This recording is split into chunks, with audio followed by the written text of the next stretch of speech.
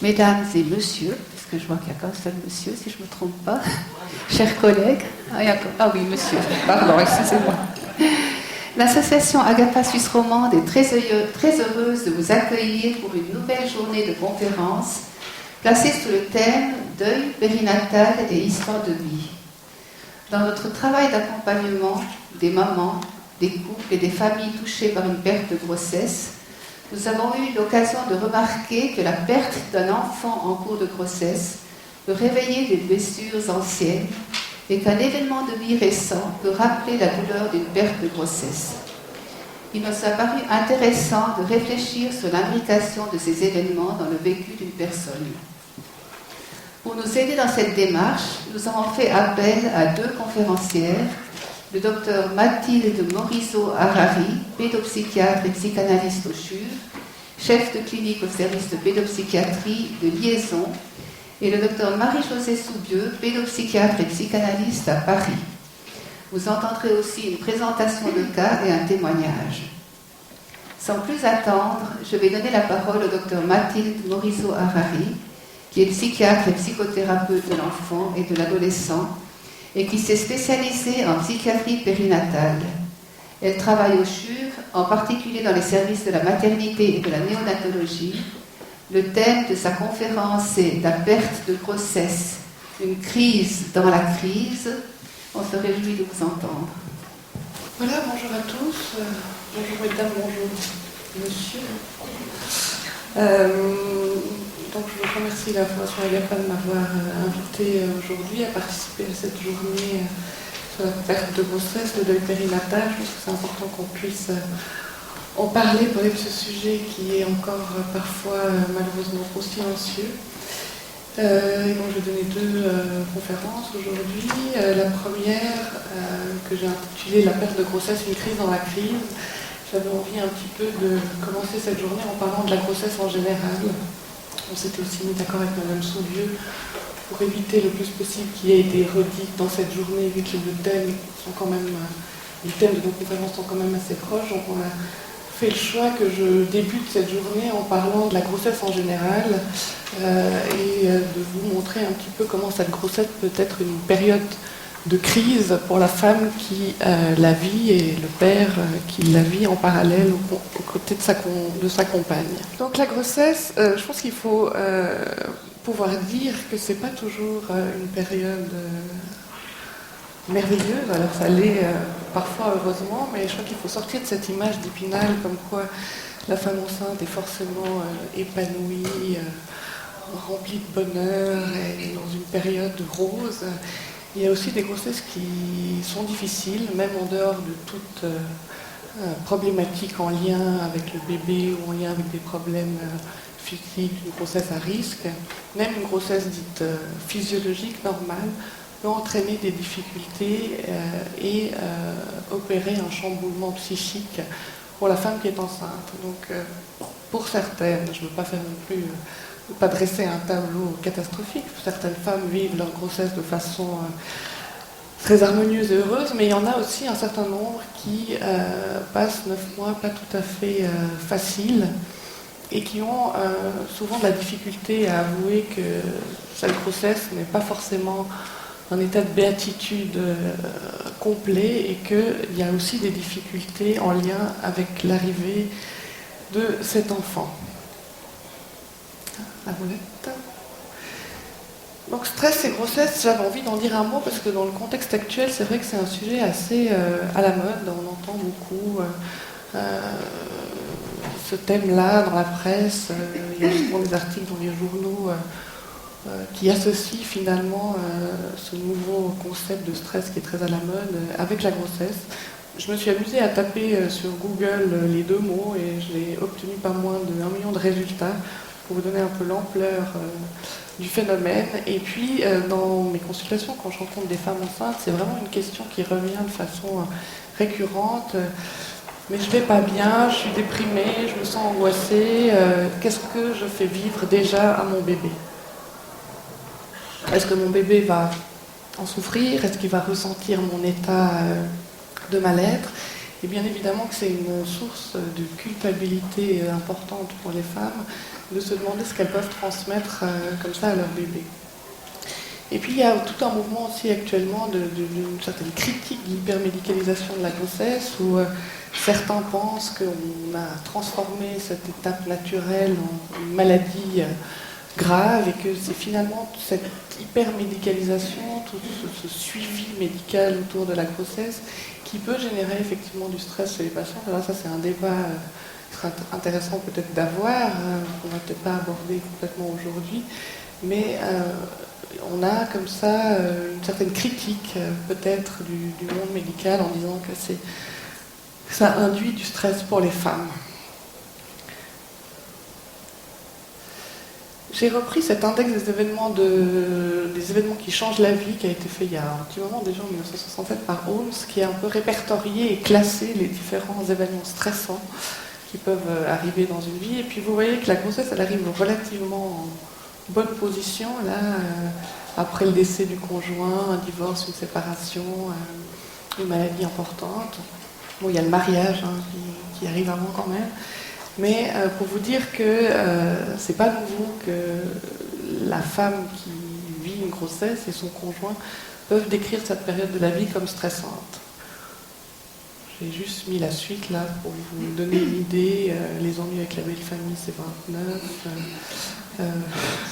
Commencer l'école pour ma fille qui est ce matin, c'est 26. Et puis quand même les vacances à 13. Donc c'est pas toujours une période de repos. Ça peut aussi être une source de stress. Noël aussi. Alors ça, Noël. Bon. Voilà. Donc le stress, évidemment, qui va avoir des effets au niveau psychologique sur nous-mêmes, sur nos patientes, et puis les principaux. Donc ça va créer des insomnies, une anxiété, une certaine irritabilité, des difficultés de concentration et des pertes de mémoire. Donc ça a quand même un impact sur la personne qui vit ce stress, et sur les femmes qui sont enceintes et qui peuvent ressentir peut-être des mouvements d'humeur difficiles. Donc la grossesse, je pense que j'avais envie de séparer mon intervention en deux parties. Il y a des facteurs de stress qu'on dit intrapsychiques, qui font partie des remaniements psychiques qui sont en cours pendant la grossesse. Je vais commencer par ça, que les psys en général appellent la crise psychique périnatale. Et puis il y a aussi des facteurs de stress plus dans la réalité, qui existent pendant une grossesse, et je vous en dirai aussi un mot tout à l'heure. Pour définir cette période périnatale, pour les psys, c'est une période qui commence avec le début de la grossesse, à partir du moment où la femme découvre qu'elle est enceinte, et elle va se poursuivre jusqu'à la naissance de l'enfant pour prendre fin aux alentours des 18 mois, 2 ans de l'enfant. Donc c'est cette période périnatale du bébé in utero et du tout petit enfant, du nourrisson auprès de ses parents. Et cette période périnatale, on pense, enfin on la décrit comme une crise psychique que certains auteurs mettent en parallèle avec la crise de l'adolescence. Vous savez que la crise d'adolescence, il faut d'une place d'enfant cheminer pour devenir un adulte.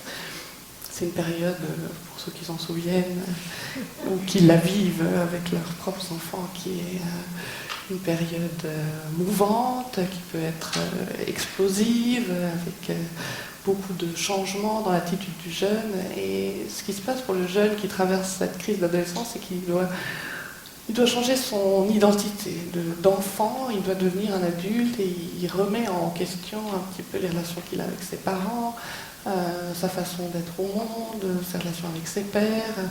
Et tout ça fait qu'il vit un chamboulement interne, psychique, qui, chez l'adolescent, se voit beaucoup aussi à l'extérieur, parce que certains, en tout cas, expriment volontiers ce chamboulement intérieur à l'extérieur. Et je pense que les parents, enfin les personnes qui vont devenir parents, ils sont un petit peu dans ce même mouvement, dans le sens qu'ils vont devoir changer d'identité. Et la femme, qui était jusque-là une fille de ses parents, fille de sa mère, fille de son père, eh ben, elle va devoir faire le chemin de devenir à son tour mère de son propre enfant. Dans ce changement identitaire, il y a beaucoup de choses qui bougent au niveau psychique. Et puis on dit qu'elle va réactiver sa crise oedipienne dans le sens où elle va, pendant sa grossesse, remettre en question, réinterroger les liens qu'elle a avec ses propres parents. C'est ce qui s'est passé pour elle quand elle était enfant, et pour pouvoir se constituer en tant que future mère. Donc c'est vraiment un changement identitaire très important qui rend cette période au niveau psychique assez, mouvante. C'est une période qui est très mobilisatrice, à la fois c'est très dynamique parce qu'il y a possibilité pendant cette crise de peut-être réaménager des identifications ou des relations avec ses parents, mais en même temps, comme c'est mouvant, comme c'est pas stable, c'est un moment c'est une période qu'on dit fragile et de vulnérabilité pour la femme qui la traverse. Je pense que je dis beaucoup la femme, mais je n'oublie pas les pères, parce que je crois que c'est un mouvement qui les traverse aussi, et c'est quelque chose qu'ils vivent aussi au fond d'eux, mais peut-être qu'ils en parlent un peu moins, ou que c'est moins à leur conscience, mais c'est un mouvement, je crois, qui existe également chez les hommes qui vont devenir pères. Donc pour détailler un peu plus cette crise psychique périnatale, j'avais envie d'aborder 3 concepts. Donc le premier, la transparence psychique de la grossesse, qui prend place pendant la gestation psychique. La grossesse, c'est aussi le temps de l'investissement du bébé qui va arriver, et c'est le temps, cet investissement, il se construit sur l'enfant imaginaire que la femme va construire pendant sa grossesse. Donc ce concept de transparence psychique, c'est un concept qui a été développé par Monique Bydlowski, qui est une psychanalyste française, qui dans sa pratique a beaucoup rencontré des femmes enceintes. Et puis elle a été étonnée dans la rencontre avec ces femmes que finalement, si on les laissait parler librement, elles parlaient beaucoup d'elles en tant qu'enfants. Donc elles étaient beaucoup tournées sur leur propre vécu infantile, et ce qui a frappé Madame Bydlowski, c'est qu'il y avait comme ça, ces femmes étaient très en connexion avec leurs souvenirs infantiles et avec leur inconscient. C'est comme s'il y avait une perméabilité psychique plus forte par rapport à l'inconscient, comme si la barrière du refoulement était un peu levée, et que ces femmes avaient des souvenirs comme ça qui remontaient à la surface, des souvenirs infantiles. Elles ont une activité onirique la nuit très intense, où elles rêvent beaucoup, et où les conflits peut-être qu'elles ont pu traverser pendant leur enfance, avec leurs parents, dans leurs relations, étaient mis en lumière et de façon peut-être un peu exagérée, comme si pouf, ça remontait à la surface. Et donc, bien évidemment que pour un psy, c'est très propice à la psychothérapie, parce que le refoulement est moindre et on a plus accès au matériel inconscient, et les femmes sont plus à même de faire un travail associatif avec leurs souvenirs. Mais là aussi, évidemment, que si les souvenirs sont difficiles, si des conflits n'ont pas pu être résolus pendant l'enfance, eh ben, ça va fragiliser la femme qui est dans cet état psychique particulier. J'ai juste fait ce schéma pour vous montrer que finalement, cette transparence psychique, on s'est demandé, mais finalement à quoi ça sert? Je pense que ça sert à pouvoir préparer ce nouvel état, cette nouvelle identité de parent, et que finalement la mère, elle perd aussi, mais la mère là en l'occurrence, par rapport à ce concept de transparence psychique, elle va se construire comme future mère par rapport à l'image qu'elle a de ses propres parents. C'est en fonction de ce qu'elle a comme représentation de sa mère, comme représentation de son père, comme idée des relations qu'elle a pu avoir avec eux comme petite fille, qu'elle va construire sa façon à elle d'être parent, d'être mère de son futur bébé. Donc c'est à partir des images grand-parentales finalement qu'elle va investir ce bébé et qu'elle va se projeter comme mère. Là, à nouveau, si les souvenirs qui remontent à la surface sont difficiles. Ça, c'est quelque chose peut-être qu'on abordera ensuite, vu que c'est cette histoire de réactualisation d'histoire de vie. Hein. S'il y a eu des traumatismes dans l'enfance, la femme va devoir retravailler ces événements, et si ce travail échoue, elle est à risque de peut-être répéter des traumatismes anciens et rejouer des choses de sa relation avec ses parents dans sa relation avec son futur enfant. Donc c'est comme ça qu'on explique finalement ces choses qui peuvent se répéter. Par exemple, je prends l'exemple de la maltraitance, où des parents qui ont été maltraités dans leur enfance ont cet unique modèle, et si cette réélaboration échoue, on peut assister parfois à des choses qui se répètent avec les enfants qui suivent. Juste ce tableau pour illustrer cette question de la transparence psychique, parce que je trouvais que c'était assez joli finalement, ce tableau de la Renaissance italienne, avec cette madone qui porte cet enfant alors qu'il n'est plus en son ventre mais qui est sur ses genoux. Mais finalement, la femme ne regarde pas l'enfant, mais elle regarde à l'intérieur de son cœur, et ça illustre bien ce regard de la femme enceinte qui est vraiment tournée à l'intérieur d'elle-même, en partie en tout cas. Donc pour la femme enceinte, elle va devoir cheminer pendant sa grossesse avec son histoire personnelle, les relations qu'elle a eues avec ses propres parents quand elle était enfant, ou qu'elle a toujours, son vécu infantile, les représentations parentales qu'elle a, les fantasmes qu'elle peut avoir autour de la relation avec ses parents, et puis le lien entre l'histoire actuelle et l'histoire passée. Parce qu'évidemment que si dans la réalité des choses se rejouent pendant sa grossesse, qu'elle revit des choses qui rappellent des événements douloureux passés, ça va avoir aussi une influence sur son psychisme.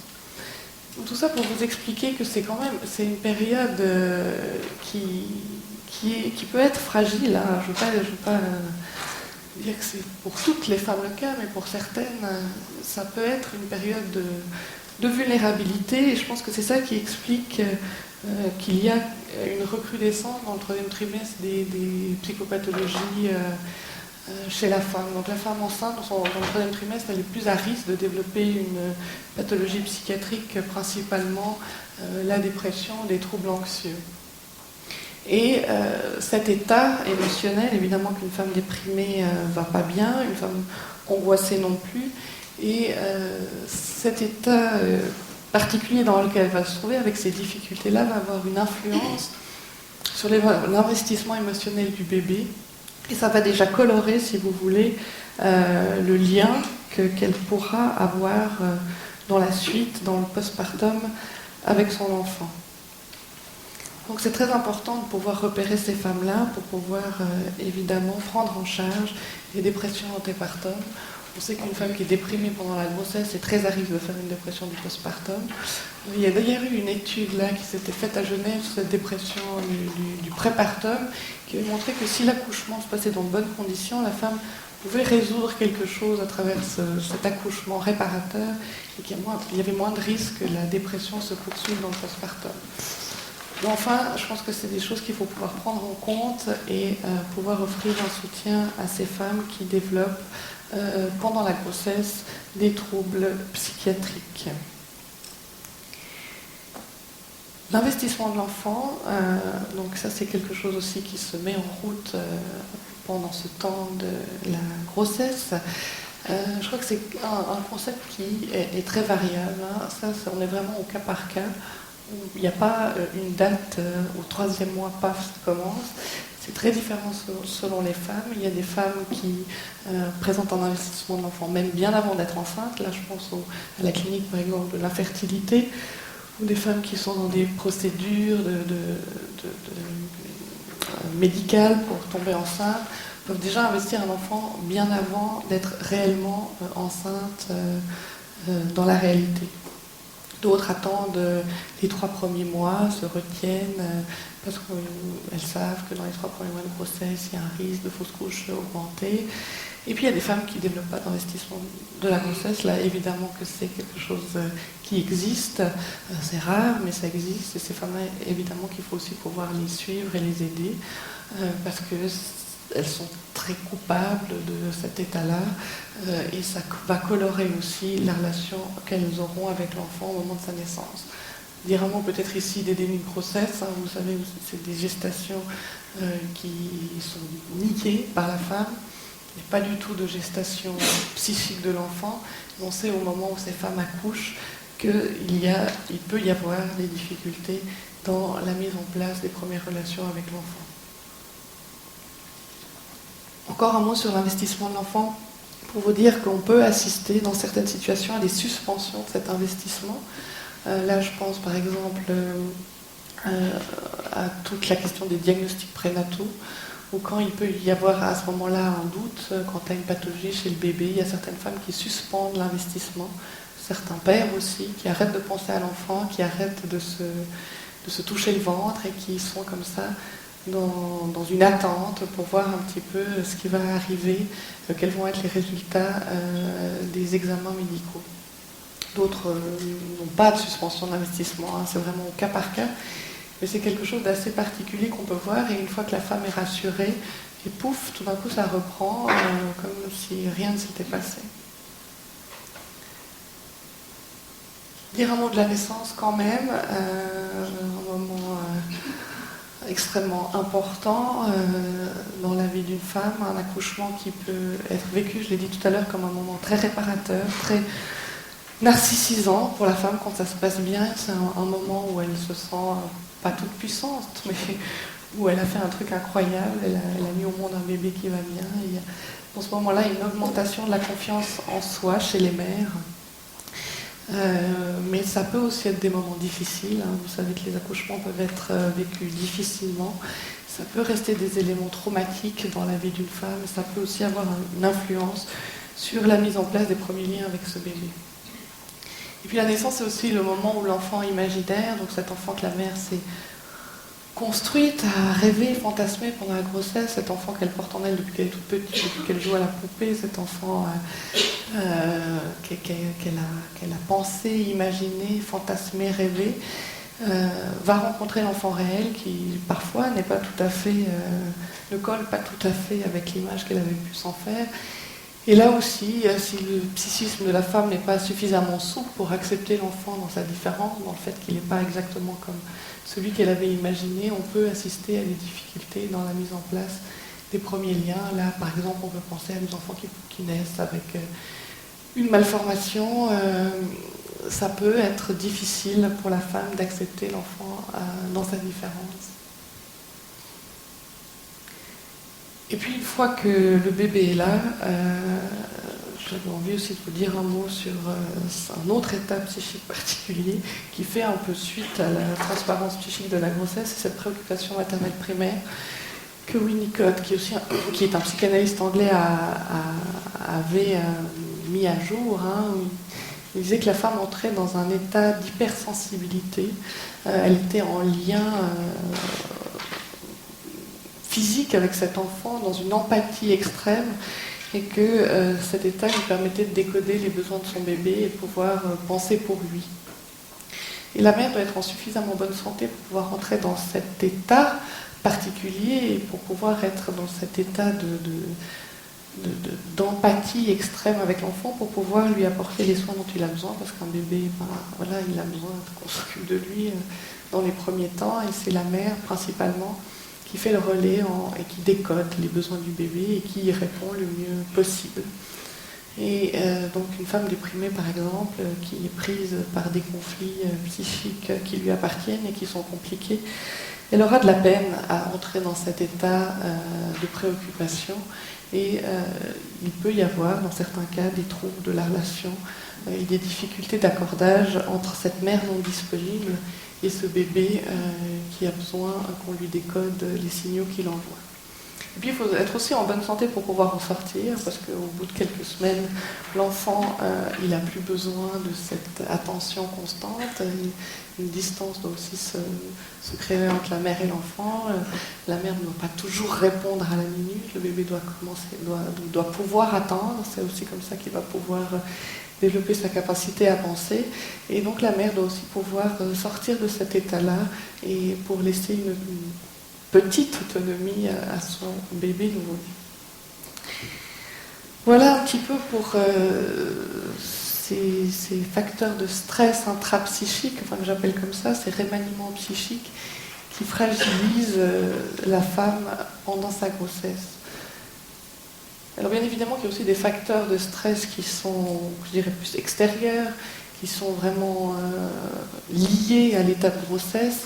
Je crois que toutes les femmes qui sont enceintes ont peur d'une anomalie chez leur bébé. Hein. Ça, c'est vraiment quelque chose qu'on retrouve chez toutes. Elles ont toutes envie que leur enfant aille bien. Mais chez certaines, cette peur d'une malformation ou d'un problème peut prendre une place très importante et devenir quelque chose de très angoissant et qui leur empêche de vivre une grossesse de façon relativement sereine. Les examens prénataux, je vais en dire un mot tout à l'heure, sont également des moments très stressants qui sont générateurs d'angoisse dans une grossesse. L'accouchement aussi provoque beaucoup d'angoisse, surtout dans le 3e trimestre, où la femme a peur d'avoir mal. Je pense que les femmes ont aussi encore peur, ça c'est une crainte qui reste dans l'inconscient collectif, hein. La crainte de mourir en couche, c'est quelque chose qui traverse l'esprit de beaucoup de femmes enceintes. Et puis toutes les modifications corporelles, hein. C'est évidemment quand on est enceinte on prend du poids, son corps change, certaines femmes vivent très mal ces modifications corporelles, certaines disent qu'elles ne se reconnaissent pas dans le miroir, c'est plus elles, qu'il y a des sentiments comme ça de dépersonnalisation qui peuvent être très douloureux à vivre. Et là je voulais donner l'exemple des femmes qui ont présenté ou qui présentent des troubles du comportement alimentaire. Elles vivent très difficilement cette prise de poids qui les modifie, sur lesquelles elles ont un contrôle, sur lesquelles elles n'ont pas de contrôle, et ça peut souvent provoquer des angoisses importantes ou des reviviscences de la période d'adolescence où la femme avait souffert d'un trouble du comportement alimentaire. Certaines femmes ont peur pour leur santé personnelle. Elles vivent ce bébé qu'elles portent comme étant quelque chose qui pourrait leur faire du tort, qui va pomper leur énergie, avec une crainte comme ça de souffrir dans leur santé, et avec à ce moment-là peut-être des idées qui peuvent être négatives envers l'enfant. Dire un mot peut-être de ces pensées négatives que les femmes peuvent avoir à l'égard de leur bébé qu'elles attendent. Vous savez qu'il y a toujours une ambivalence dans chaque relation qu'on a avec son conjoint, avec ses enfants quand ils sont là. C'est toujours teinté de mouvements affectifs, bien évidemment, mais de mouvements peut-être plus agressifs aussi. Et ça, je pense que la femme enceinte, elle peut vivre, elle peut ressentir parfois des moments agressifs envers ce bébé qui arrive, parce que toutes les relations sont ambivalentes. Alors il faut pouvoir faire la part des choses entre ses pensées, pouvoir les accepter. Et certaines femmes peuvent être très culpabilisées à l'idée de ressentir des mouvements plus agressifs envers le bébé qu'elles attendent. La pression sociale, ça je pense que la femme enceinte peut vivre des difficultés au niveau professionnel notamment. Quand on est enceinte, il y a toujours la question de quand est-ce qu'on va le dire à son employeur, est-ce que je vais pouvoir aller au bout de cette grossesse et garder mon emploi, est-ce que je risque d'être licenciée, donc voilà, il y a aussi, je crois qu'il ne faut pas oublier cette pression de la société sur la femme par rapport à la grossesse qui peut engendrer aussi des angoisses et du stress. Et puis les difficultés conjugales et familiales, parce qu'un enfant, évidemment, vous le savez, ça bouleverse l'équilibre d'un couple quand il arrive, et puis ça peut déjà bouleverser l'équilibre d'un couple quand il n'est pas encore né, mais qu'il est déjà présent dans le ventre de la femme. Il y a des différences qui se marquent entre une femme enceinte et son mari et le futur père de l'enfant. La femme, très rapidement, elle a une conscience du fait qu'un bébé va arriver, elle vit 24 heures sur 24, son corps change, elle peut être malade, elle a des nausées, elle doit changer, elle est fatiguée, elle doit changer son rythme de vie, elle oublie beaucoup plus tôt le soir, elle ne peut plus sortir, elle arrête de boire, enfin bref. Tandis que son conjoint, lui, évidemment qu'il est plus éloigné de ces modifications qui touchent la femme enceintes et il peut y avoir des malentendus déjà, des femmes qui peuvent reprocher à leur mari de rien modifier, de ne pas comprendre, des maris qui peuvent reprocher à leur femme qu'elles changent, qu'elles ne sont plus les mêmes. Et donc ça peut avoir une incidence sur le couple. Et puis la famille en général, là, je pense aux futurs grands-parents qui, bien évidemment, quand un de leurs enfants attend un enfant, ils se sentent concernés, vu qu'ils vont être grands-parents de ce bébé à venir, et peuvent à ce moment-là peut-être se montrer plus présents auprès du jeune couple, ou plus envahissants, ou donner des conseils. Ça peut là aussi engendrer peut-être des tensions au sein des familles et du couple. Donc là, j'ai listé les choses les plus fréquentes. Bien évidemment qu'on peut rajouter les situations psychosociales compliquées, les situations de migration. Enfin, évidemment qu'il y a encore toutes les choses de la vie en général qui peuvent interférer dans ce moment de la grossesse. Donc moi j'avais envie de vous dire aussi un mot des examens prénataux, parce que c'est un des sujets qui m'intéresse beaucoup et auxquels j'ai passablement réfléchi à travers de différentes études, pour voir un petit peu comment les femmes qui traversent, certaines parlent de parcours du combattant, ces examens prénataux, comment c'est vécu. Donc je pense que c'est des moments qui sont clés d'une grossesse. Il y a l'impression d'une course d'obstacles parfois, où on a passé le premier, on a passé le deuxième, on a passé le troisième. C'est forcément des moments qui sont générateurs d'angoisse pour les parents en général. J'avais envie plus particulièrement d'aborder avec vous le test du premier trimestre. C'est un test sur lequel je me suis beaucoup penchée, parce que je trouve que c'est un test assez compliqué et qui peut, pour certains cas, poser quelques difficultés chez les couples. Donc je pense que vous savez, ce test du premier trimestre se fait à 12 semaines de grossesse. Il comporte une mesure de la clarté nucléaire du fœtus et puis des mesures endocriniennes dans le sang de la mère, et puis en fonction de l'âge maternel, un calcul savant est fait, et ça donne un risque, une probabilité d'avoir ou non un problème avec l'enfant par rapport notamment aux troubles, aux aneuploïdies des chromosomes, donc les trisomies, etc. C'est un test, je crois, qui est souvent mal compris par les patients, parce que peut-être que les obstétriciens ne prennent pas toujours le temps d'expliquer que finalement, ça ne va pas donner une certitude, mais ça va donner un risque et un pronostic en quelque sorte, et qu'en fonction de ce risque, il va falloir faire le pari de le prendre ou pas. Alors certaines femmes vivent ça relativement bien, dans le sens où elles font confiance au corps médical, à cette question-là, qu'un risque sur 1500 c'est pas beaucoup, et puis qu'on continue comme ça. Puis d'autres, 1 sur 1500 c'est énorme.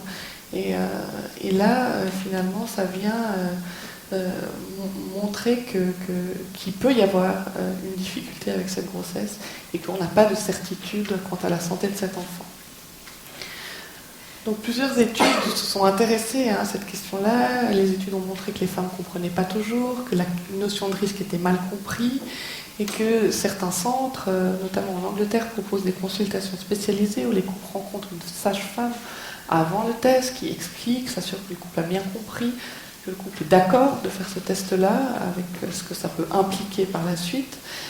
Et les couples sont ensuite revus après pour être sûrs que les choses ont été bien comprises. Parce que je pense que souvent il y a un malentendu quand même qui s'installe là entre le patient et son médecin. Et donc le fait que ce soit un risque et non un résultat fiable, ça développe, ça infiltre chez les parents cette question de l'incertitude. Et c'est ça que j'ai appelé le paradoxe de la prédiction, parce que finalement ce test prénatal va dévoiler plutôt une incertitude, et c'est à l'intérieur de cette incertitude que peut se développer l'angoisse chez certaines femmes, à nouveau, pas chez toutes. Juste vous dire un mot sur les conséquences que le stress pendant la grossesse peut avoir sur le lien mère-enfant ensuite, une fois que l'enfant sera là, parce que là aussi c'est un des nouveaux champs de recherche scientifique actuellement. On s'intéresse beaucoup à ces 9 premiers mois, on se demande un peu quels sont les ressentis du fœtus, est-ce qu'il est sensible au stress maternel, et c'est un des grands champs actuellement de recherche, et gentiment on a l'impression qu'effectivement le fœtus peut être sensible au stress maternel, et qu'une femme angoissée ou stressée pendant sa grossesse, il va y avoir un impact sur l'investissement qu'elle aura de son bébé. Une femme angoissée pendant sa grossesse, il est bien probable qu'au moment où l'enfant va naître, elle va rester angoissée et qu'elle va avoir des difficultés à développer un lien de qualité, de bonne qualité avec ce bébé, et qu'elle va rester dans des troubles anxieux par rapport à lui, avec des craintes qui lui arrivent du mal, des craintes pour sa santé, et particulièrement une crainte par rapport à la mort subite du nourrisson.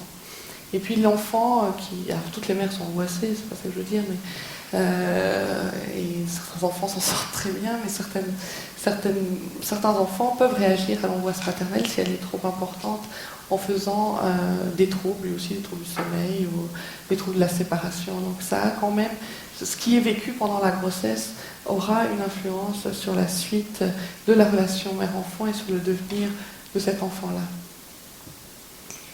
Donc voilà, j'ai beaucoup dit ce qui n'allait pas, parce que comme psy on voit ce qui ne va pas, mais pour certaines femmes les choses se passent relativement bien, parce qu'elles ont de la ressource, elles sont capables de traverser cette période de leur vie avec les ressources qu'elles ont, des ressources qu'en psy on dit défense, elles ont des mécanismes de défense et elles sont capables de mettre à distance et d'oublier par moments que la vie est une prise de risque finalement.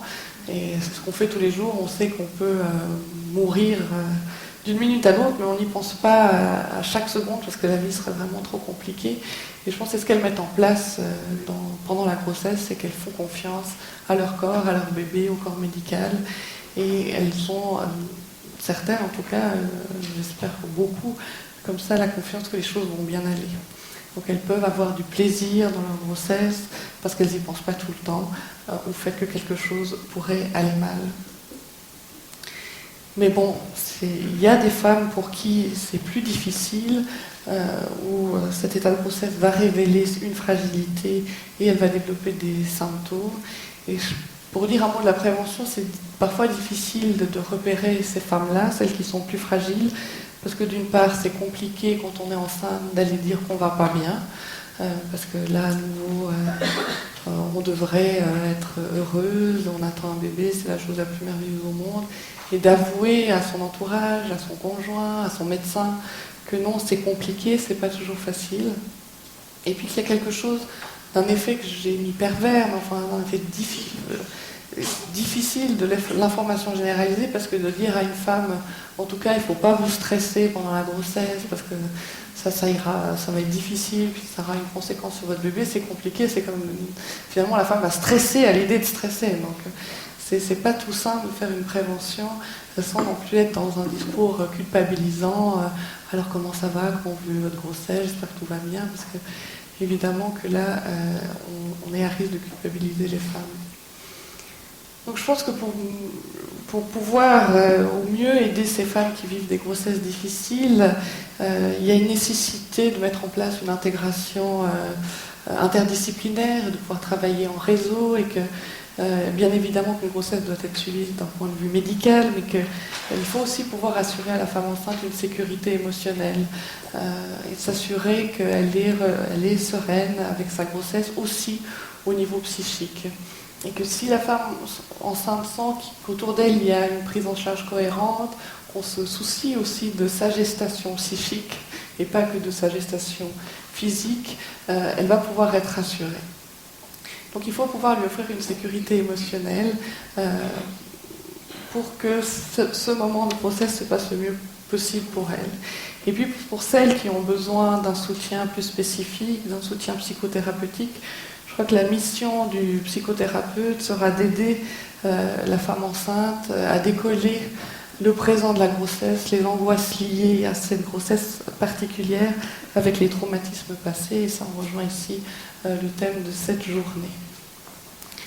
Donc en conclusion, la grossesse est un facteur de stress. Je crois que ça a été bien démontré, que c'est une période de vulnérabilité, mais que c'est aussi une période mobilisatrice où des choses peuvent changer, où des conflits intérieurs peuvent être résolus, que les femmes ont des ressources, mais que les plus fragiles sont à accompagner, puisqu'on connaît aujourd'hui les conséquences qu'une grossesse difficile pourrait avoir ensuite sur le devenir de la relation parent-enfant et de l'enfant en particulier.